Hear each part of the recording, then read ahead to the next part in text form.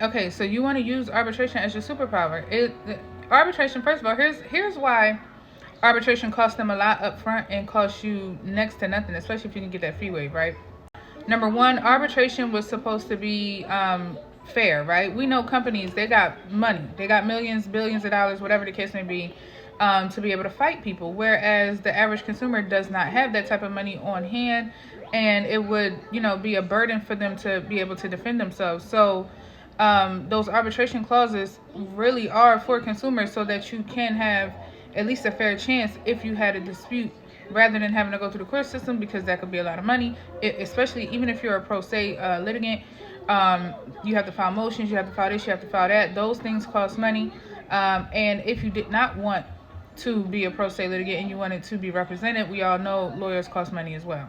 So this is why arbitration is so cost effective, because it has to be for the consumer to be able to, basically settle a dispute.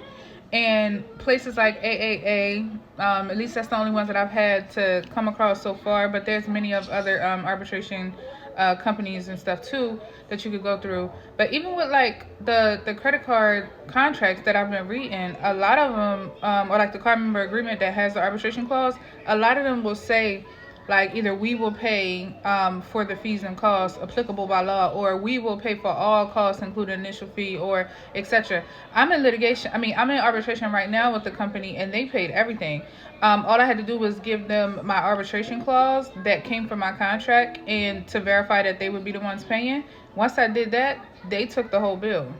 Now, up front, it cost them $6,000. Now, this is not a debt collection agency, so it's a little different here. The difference is they was willing to pay that. But you got to think about debt collection agencies. They are buying these debts for penny on a dollar. So if, let's just say your debt is $2,000. Let's just say that's a big number, right?